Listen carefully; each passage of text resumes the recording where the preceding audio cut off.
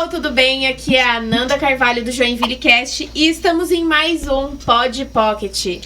São 30 minutos que fazem a diferença. Sejam bem-vindos ao nosso Pod Pocket. Eu sou a Luana Meyer e queremos agradecer aos patrocinadores do programa.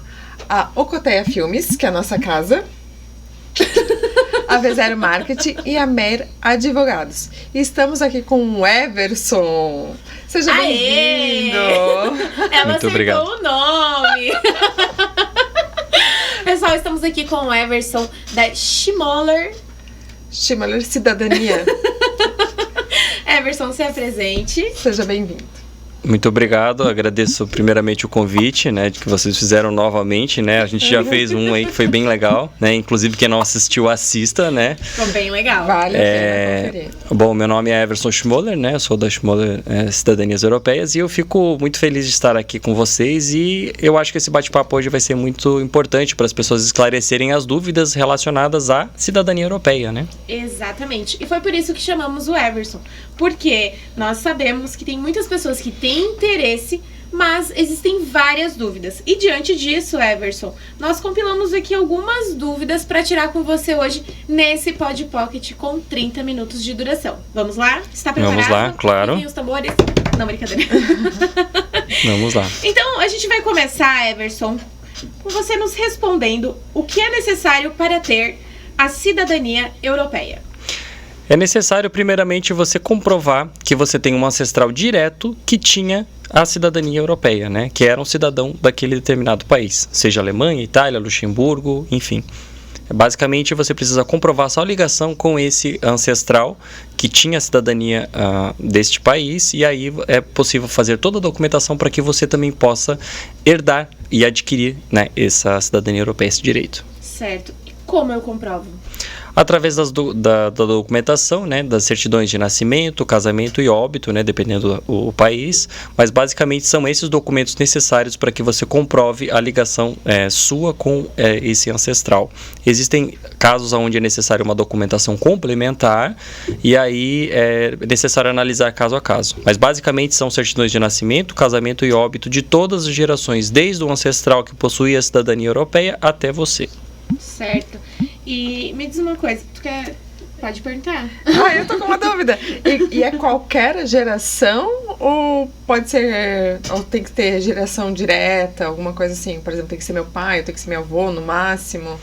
Não existe um limite de gerações para cidadanias europeias, né? Depende de país para país, né? Mas geralmente não existe um limite de gerações. O que existe é... Alguns casos, dependendo a geração que for, é necessário uma documentação complementar. É necessário você conseguir comprovar de que essa cidadania não foi perdida no caminho, digamos assim, né? Que algum antepassado seu, por acaso, tenha se naturalizado em algum país estrangeiro ou servido o exército, por exemplo. Então, existem alguns motivos de perda de cidadania e é necessário verificar se a sua cidadania foi mantida desde o seu ancestral até você. Eu fiquei com uma dúvida. Como assim serviu o exército? Existem alguns motivos de perda de cidadania, né? E servir o exército de um país estrangeiro é um dos motivos de perda de cidadania. Ah, é? Sim. Nossa, não sabia disso. Eu acho que eu perdi a minha cidadania agora.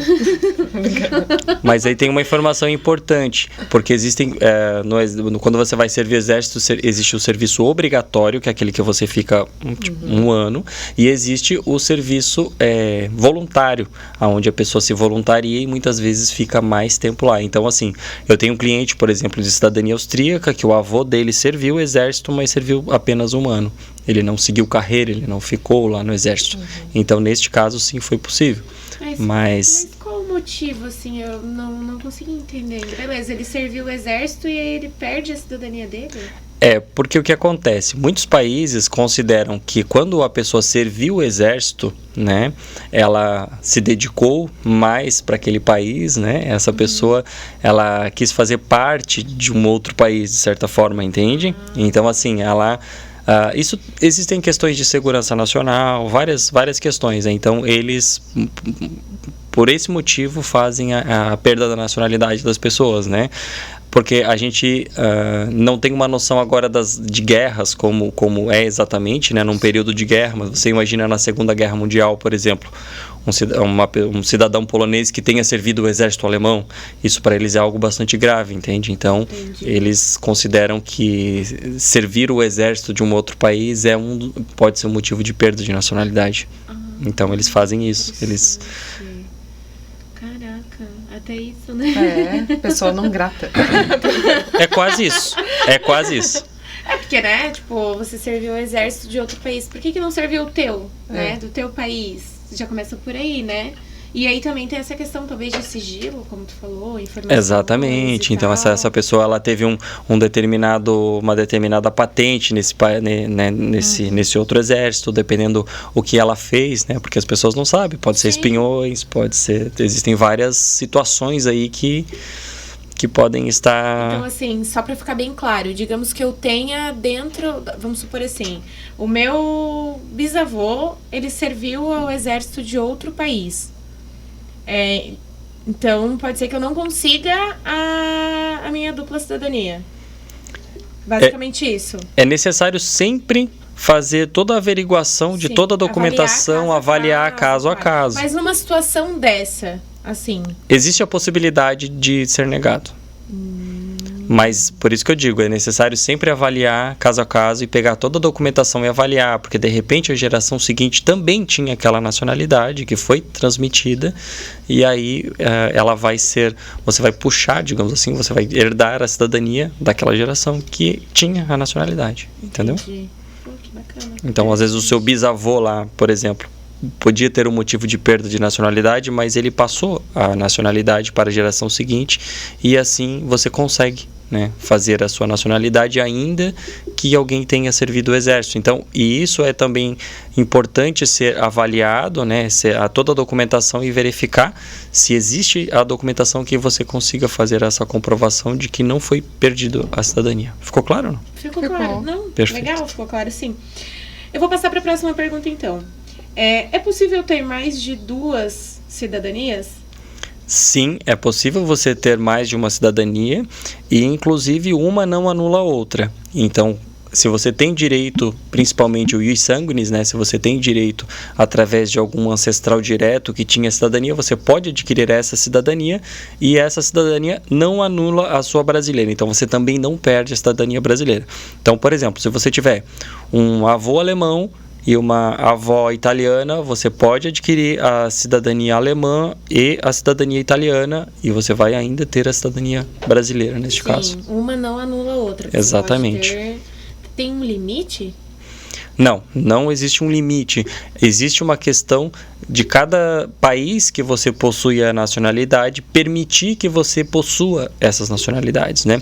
Existem alguns países que têm algumas limitações, né? A gente não dá para entrar aqui agora em detalhes, né? Sim. Existem países que limitam um pouco isso, mas se todos os países que você tem a nacionalidade permitirem que você as tenha, você pode ficar tranquilo que você vai ter todas as nacionalidades das quais tem direito.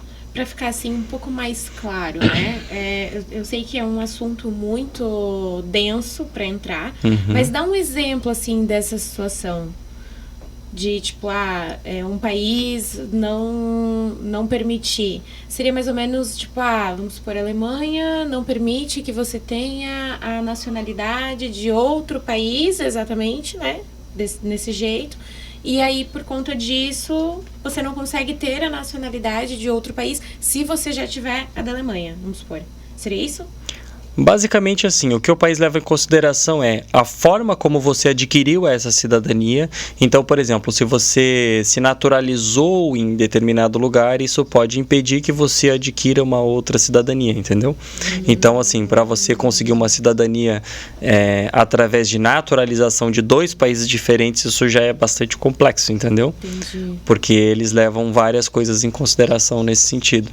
Por isso que eu volto a falar, o mais importante é procurar um profissional e fazer um estudo, analisar a situação para então, né, entrar com o processo, ver se tem, se não tem a possibilidade, né? Exatamente. Cada país tem sua constituição e a forma de se tirar essa cidadania, né? Não é? Exatamente. Não é? Legal. Tem outra pergunta aqui, ó. Eu preciso ter o sobrenome da família? Essa deve ser a pergunta mais recorrente para ti, né? Sim.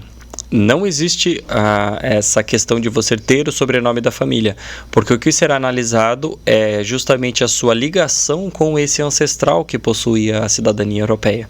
Então, a partir do momento que você consegue comprovar que você tem aquela ligação, que você é descendente, né, daquele antepassado que era alemão, que era italiano, que era luxemburguês, você consegue comprovar essa questão e ainda consegue ter a nacionalidade, né? Ou seja, você consegue através dos documentos todos provar, olha, sou descendente de tal pessoa e essa pessoa era desse determinado país. E aí, a partir desse momento, você consegue, mesmo tendo um outro sobrenome, porque o sobrenome é sempre via paterna. Então, por exemplo, se essa sua cidadania europeia veio através da sua mãe, muitas vezes você não vai ter o sobrenome, né? Eu, por exemplo, não tenho o sobrenome da minha mãe. Sim. Então, muitas vezes as pessoas têm direito à cidadania mesmo tendo sobrenomes tipicamente portugueses, por exemplo. Sim, tem direito à cidadania alemã, cidadania luxemburguesa, italiana, sem ter o sobrenome. Essa questão do sobrenome, eu até falou agora e me veio um negócio na cabeça. O meu pai, ele só tem o sobrenome do meu avô. E a minha mãe também só tem o sobrenome do meu avô. Uhum. E quando eles tiveram nós, eles quiseram colocar os dois sobrenomes. E aí quando eu tive o Miguel, o Miguel, tadinho, ele tem os meus dois sobrenomes e mais o do Johnny. Colocou todos. Eu também. Eu coloquei a tripa. O Benício, coitado, é quase um príncipe, né? De tanto nome. E as pessoas fazem muito isso, né, de colocar o sobrenome. Eu vou colocar o sobrenome de tal antepassado ali, né, dos meus avós, do meu filho, porque aí ele vai ter direito à cidadania. Então, se for somente esse o motivo de colocar o nome na criança, não é necessário. Sim. Porque não é o sobrenome, é a ligação com os antepassados. Exatamente. Vamos lá, temos mais perguntas aqui. Essa daqui eu acredito que também seja uma pergunta bem corriqueira aí pra você, que seria o número de gerações de família. Então, tem um número exato? Se é de... Bom, vamos supor, eu vou dar um exemplo. Pra dupla cidadania, pra tirar minha cidadania alemã, tem que ser até 3 gerações, 4 gerações. Deixa eu dar o exemplo aqui da Lu, 7 gerações. Gente, eu só vou falar pra vocês que assim, ó, a Lu queria muito esse Tira Dúvidas com o Everson, porque ela quer... Eu tenho 7 gerações aqui, ó. Então, assim, ó, foi extremamente intencional, tá? Sim, nós queremos tirar essas dúvidas. Sim. Então, assim, como é que funciona essa questão? Porque eu já ouvi falar que tem situações que é 5 e tal, mas existe uma regra? Como é que funciona? Não existe um limite de gerações para você adquirir uma nacionalidade, né? O que existe é a questão da documentação, que quanto maior for o número de gerações, maior é o número de documentos que você precisa levantar. E também pode ser um pouco mais difícil de você conseguir comprovar que a sua nacionalidade não foi perdida em alguma dessas gerações, tá? Assim, via de regra, quanto mais perto for esse estrangeiro da sua família, tecnicamente mais fácil é de você adquirir a cidadania, né? Entendi. Então, principalmente para a questão da cidadania alemã, porque tem a questão da matrícula consular, né? Então, basicamente assim, quanto mais perto for as gerações, maior a probabilidade de você adquirir. Mas o que é importante é de sempre fazer uma pesquisa genealógica para conseguir verificar a sua possibilidade de fazer a cidadania. Porque às vezes, por exemplo, sua 7ª geração alemã não seja a geração que vai lhe conceder o direito à cidadania. Pode ser que tenham outras nacionalidades aí na sua árvore genealógica que ainda não foram exploradas, e aí por isso é importante as pessoas sempre buscarem, né, as suas raízes, o seu legado familiar, né, principalmente para valorizar, né, a questão dos antepassados, mas também para saber se você pode ou não ter direito à cidadania, né? Então isso é algo assim bem interessante, que você nessa busca por suas raízes possa descobrir uma herança aí deixada pelos seus antepassados. Eu digo assim, ó, referente a essa busca pelas raízes, na minha família, por exemplo, uma família muito grande, eu tenho um primo que eu nem conheço. Como eu poderia começar essa busca? Sabe? Me dá uma luz aí.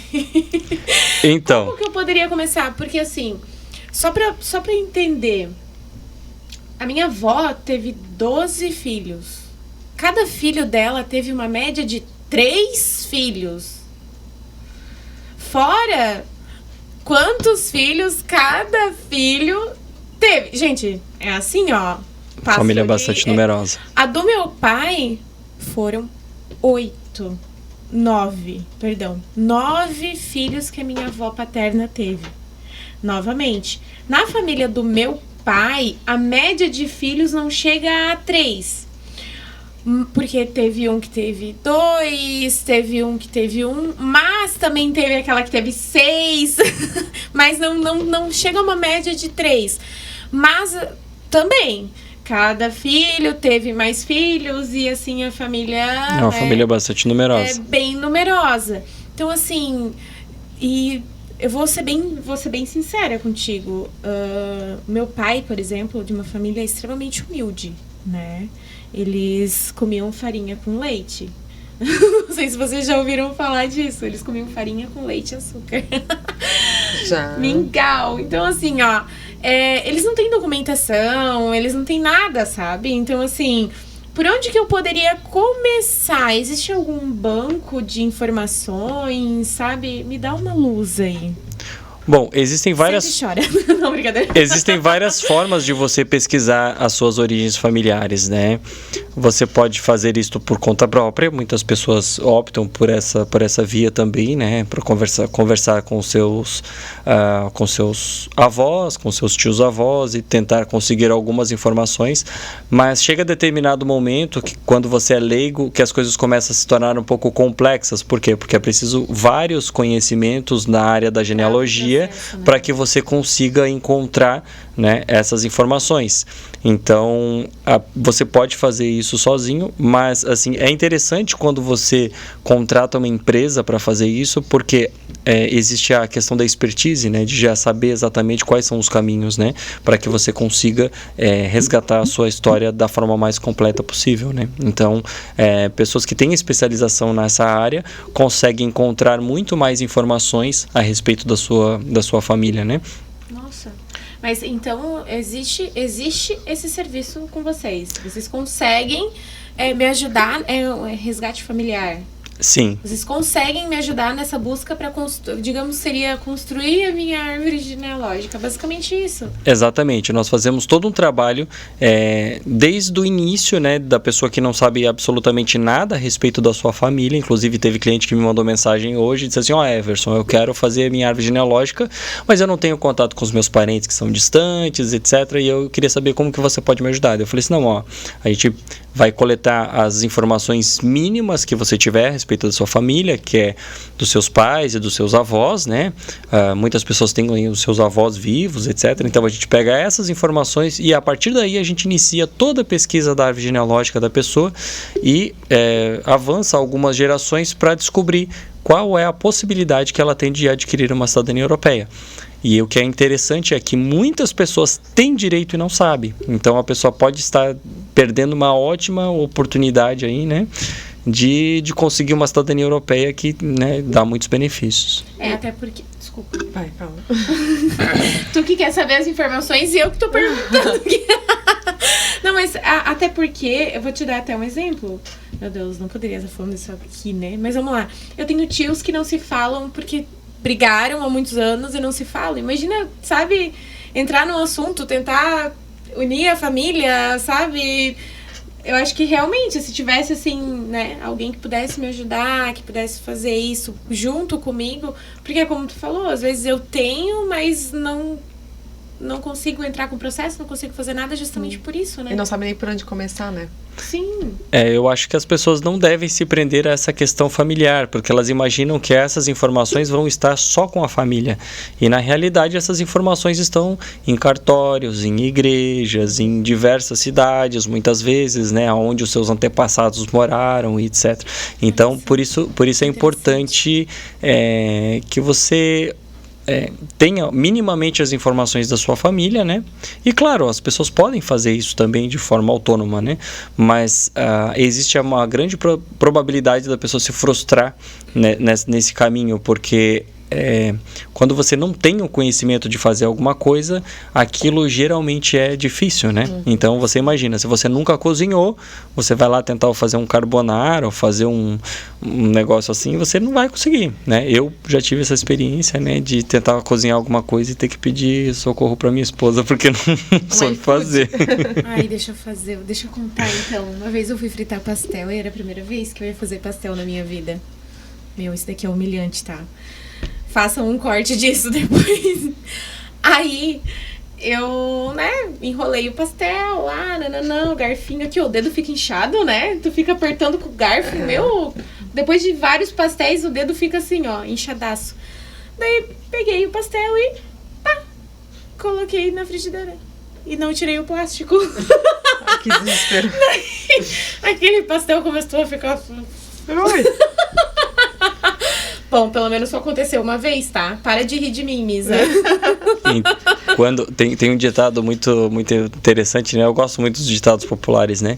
E aí tem um ditado que diz assim, que quem nunca comeu melado, quando come se lambuza. Ou seja, quando a pessoa não tem habilidade de fazer alguma coisa, a primeira vez que ela for fazer aquilo, ela vai errar. Vai errar, e aí, exatamente. E aí...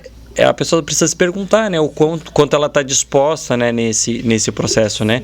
Mas, assim, todo o esforço que você fizer para buscar as suas origens familiares, eu acho que ele é válido, porque você vai estar honrando a memória dos seus antepassados, né? Sim. Então, eu acho que isso Eu fico imaginando que deve ser um trabalho de formiguinha, né? E hoje em dia está muito mais facilitado, porque hoje em dia tu consegue pegar certidões no cartório online, né?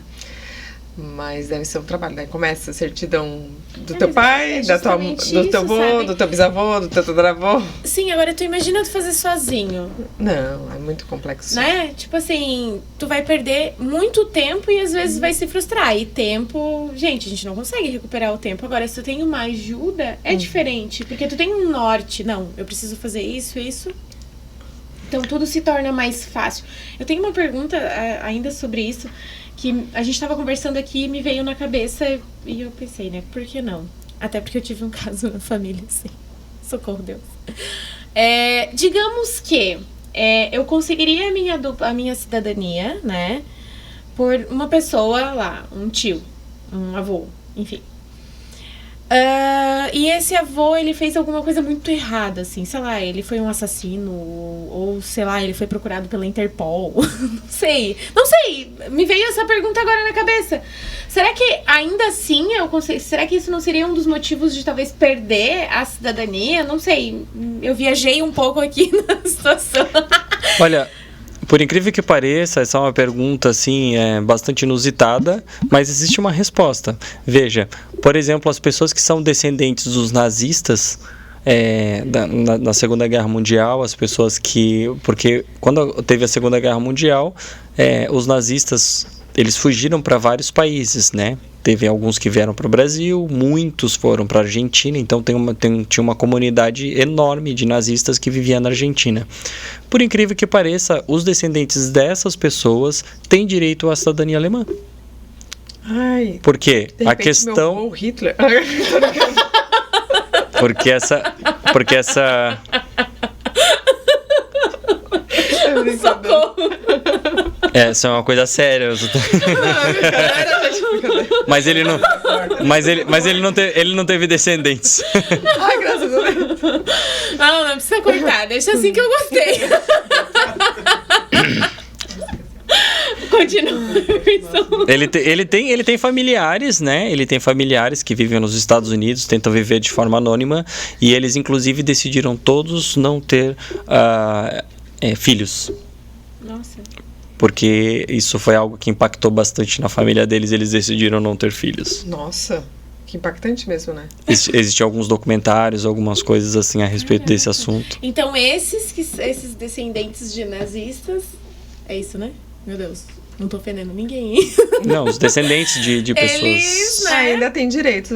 Tem direito. Beleza, ok.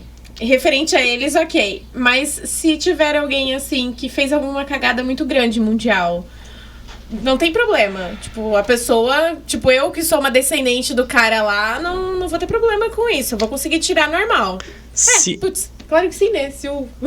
Se essa pessoa não perdeu a nacionalidade, porque o processo de nacionalidade ele funciona da seguinte forma: aquele país estrangeiro vai analisar, essa pessoa tinha a cidadania, ela tinha, ok, e ela passou para a próxima geração, e aí é isso que vai ser analisado, entende? Eles não vão analisar a conduta da pessoa, se ela foi uma pessoa boa ou ruim. Não, mas é importante que você, como requerente, tenha a sua ficha ilibada, porque isso pode ser um motivo de recusa da cidadania. Em alguns casos. Eu vou fazer uma pergunta de milhões. É muito caro fazer isso? Bom, eu costumo dizer que não existe o barato ou caro, né? Isso é tudo muito relativo. O que é caro para algumas pessoas pode não ser para outras. Isso é um investimento que você faz, né? Tanto para você quanto para os seus descendentes. Né? Assim, a questão de valores, as pessoas perguntam: quanto é que custa para fazer a cidadania? Isso depende muito da quantidade de documentos que você vai precisar, qual é o seu grau de parentesco com esse ancestral que possui a cidadania europeia, e quantos requerentes vão fazer junto o processo com você. Porque quando você faz esse processo junto com outros familiares, o processo ele acaba se diluindo, né, esses valores, e aí fica muito mais acessível e barato para todo mundo. Então, quando você for fazer a sua cidadania europeia, busque os seus primos e parentes para fazer junto com você. E outra... se prepara, que são 7 gerações, vai São dar 7. documento pra caramba. E outra coisa muito importante o meu primo fez a cidadania italiana, fez a cidadania alemã, então agora ficou muito mais fácil. Não. A questão da cidadania, quando o seu primo fez para ele fez para ele, você vai ter que fazer para você. Ou seja, você vai ter basicamente o mesmo trabalho que ele teve para fazer. Ele foi egoísta, ele poderia ter falado contigo. Exatamente. Se você tem um primo que não lhe convidou para fazer a cidadania... Se você tem um primo desse, cancela ele da sua vida. Causando discórdias aqui. Vai ser um podcast da treta. Perguntas de milhões. Você tem mais uma ou posso continuar Não, aqui? pode continuar. Tá, vamos lá. Tem tempo, né? Tem. Tá, então fechou. Número de gerações, beleza. A gente já comentou isso, mas é importante a gente trazer até de forma mais clara para quem tá ouvindo, né? Porque, querendo ou não, quem vir para esse podcast aqui, eles querem informações, né? Para saber o que eles vão fazer. Se eles vão tentar sozinhos ou se eles vão buscar uma assessoria para ajudar. Então, lista para mim quais são os documentos para iniciar o processo. Isso, os documentos para iniciar esse processo. O que eu preciso de documento?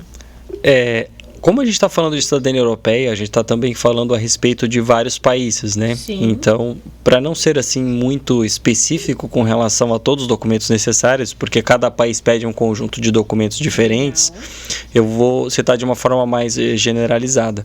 Mas, basicamente, os países pedem as certidões de nascimento, casamento e óbito de todas as gerações. Basicamente é isso, as traduções juramentadas e alguns outros documentos que comprovam que aquela pessoa possuía a cidadania daquele país. Certo. Essa tradução juramentada, o que seria? É a tradução daquele documento na língua estrangeira. Então, a tradução juramentada para o alemão, sim. todos os países irão pedir a tradução juramentada para o país daquela língua. Aí vocês né? fazem isso também, a tradução juramentada? Sim, nós fazemos todo o processo, né? A tradução juramentada é um dos nossos serviços. Legal. Tá, mas aí vocês fazem a tradução, depois tem que fazer esse... Como é que funciona? O processo. De juramentar. É isso? Primeiro solicitado todas as certidões e aí depois é feito todas as traduções juramentadas. Legal. E tu tinha falado antes sobre matrícula consular.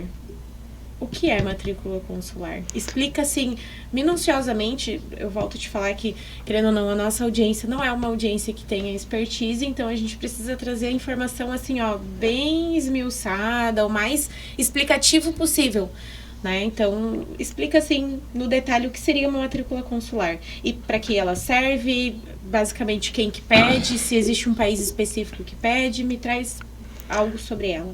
Ok. A matrícula consular foi um documento que ele era exigido para que a pessoa mantivesse a nacionalidade. Então, a Alemanha, em determinados períodos, determinou que, para que a nacionalidade fosse mantida, era necessário que você comparecesse até um determinado consulado né? E aí declarasse, eu quero permanecer alemão. E essa matrícula era feita um documento e em alguns casos era feita até de forma oral. Então existe também uma contestação com relação à necessidade de solicitar esse documento para o pedido de cidadania. Sim. Né? Então existe aí algumas pessoas que estão trabalhando para que essa lei seja abolida, até porque essa lei ela existiu num determinado período, aí ela foi revogada e depois no período, né, naquele período da Segunda Guerra Mundial, ele retornou. Então as pessoas estão contestando essa necessidade, mas ainda hoje está em vigor a necessidade da matrícula consular para todas as pessoas que têm um imigrante, né, na sua família alemão que imigrou antes de 1904.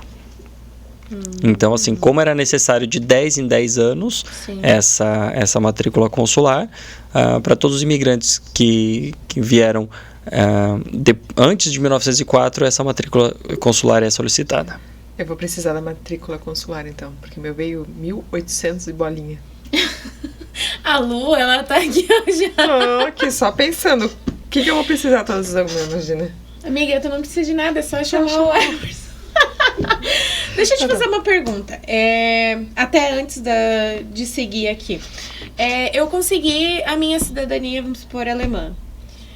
Mas eu resido no Brasil. Eu não estou, né, residindo lá. Eu posso, mesmo assim, fazer todos os meus... eu vou ter o meu documento de lá, né? Mas, vamos supor, carteira, não sei se lá tem carteira de trabalho, um exemplo, mas os demais documentos, título de eleitor, como que funciona? Carteira de trabalho, habilitação, como é que funciona isso? Eu posso fazer, mesmo não residindo lá? Como é que funciona? Ok, basicamente os países aqui, eles têm legislações diferentes, né? Então a necessidade de você possuir determinados documentos ou não, ela varia também de país para país, né? Entendi. Mas assim, a grosso modo, quando você possui uma nacionalidade estrangeira e vive no Brasil, você pode ter apenas o passaporte, né? E a identidade. Então outros documentos eles não são necessários. Então, por exemplo, em Luxemburgo, mesmo tendo a nacionalidade luxemburguesa, eu pude fazer a minha permisso de conduir, né, que é a habilitação, somente depois de 6 meses estar residindo lá em Luxemburgo. Ah, entendi. Então, depois que eu estava residindo lá 6 meses, aí eu pude fazer a transcrição da minha habilitação. E cada país tem essa... Tem a sua regra. Isso. O título de eleitor, por exemplo, não existe em Luxemburgo. Certo. Você está inscrito lá e aí você recebe uma carta em casa que você precisa ir votar. Legal. E as pessoas vão? Vão. Aqui ô dó. Aqui é obrigatório, amiga. Deixa eu só agilizar aqui para mais duas, porque são duas perguntas interessantes. Ok. Consegui minha nacionalidade. Meu cônjuge tem direito? Não, amor, você não tem, na brincadeira. Tem direito? Como é que funciona? Sim, os cônjuges têm direito à nacionalidade também, mas com algumas condições. É necessário falar a língua do país, né? Para praticamente todos os países pedem isso, né? Você precisa falar a língua do país e você precisa também fazer provas que comprovem essa proeficiência. Em alguns países também pedem um curso de integração à sociedade, né? Então, no caso de Luxemburgo, também é necessário você fazer um outro curso para que você possa dar entrada à sua nacionalidade. Ah, legal. E, bom, pra gente fazer um resumo do que a gente conversou agora, eu quero tirar a minha dupla cidadania e eu preciso saber por onde eu começo. Bom, você precisa começar através da pesquisa genealógica, né? Então, e principalmente se você não tem informações a respeito da sua família, você pode nos procurar. E aí, a gente pode fazer toda a pesquisa genealógica para você. E nessa pesquisa, nós já vamos conseguir todos os documentos necessários para que você possa dar entrada no seu processo. E aí a gente também já pode fazer toda o requerimento, né, de entrada com o seu pedido de nacionalidade naquele país do qual você tem direito. Sim. E aí você só aguarda o seu documento. Ótimo. Muito obrigada. Conseguiu tirar tuas dúvidas? Eu que agradeço.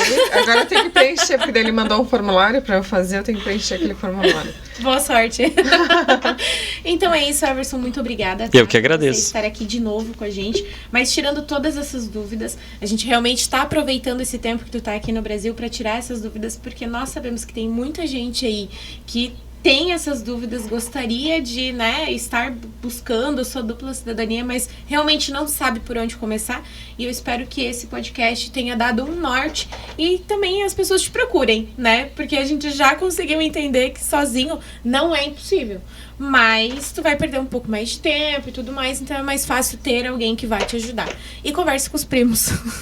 Eu acho bastante importante as pessoas procurarem, né, um profissional ou procurarem essas informações básicas da sua família, né, por 2 motivos. O primeiro deles é que você pode estar perdendo uma grande oportunidade, que é você conseguir uma nacionalidade europeia, e também você precisa conhecer a respeito da sua história. Eu sempre bato nessa tecla. Você precisa conhecer a sua história, porque um povo que não conhece a sua história está fadado a repeti-la. Muito obrigada. Bom, a gente encerra o podcast com essa frase, então. Nossa, essa foi forte, hein? Meu Deus, deu até uma cutucada aqui dentro. Vocês também sentiram assim? Meu Deus, eu não conheço a minha história. Deus! Mas tá bom, então, galera. Muito obrigada. Se inscrevam no nosso canal. Também, né? Sigam o Joinvilecast. Sigam a Schmoller Dupla Cidadania. É Exato. assim, Schmoller Dupla Cidadania. E, né, fiquem ligados pro próximo Pod Pocket que roda na próxima terça-feira. Tchau, tchau.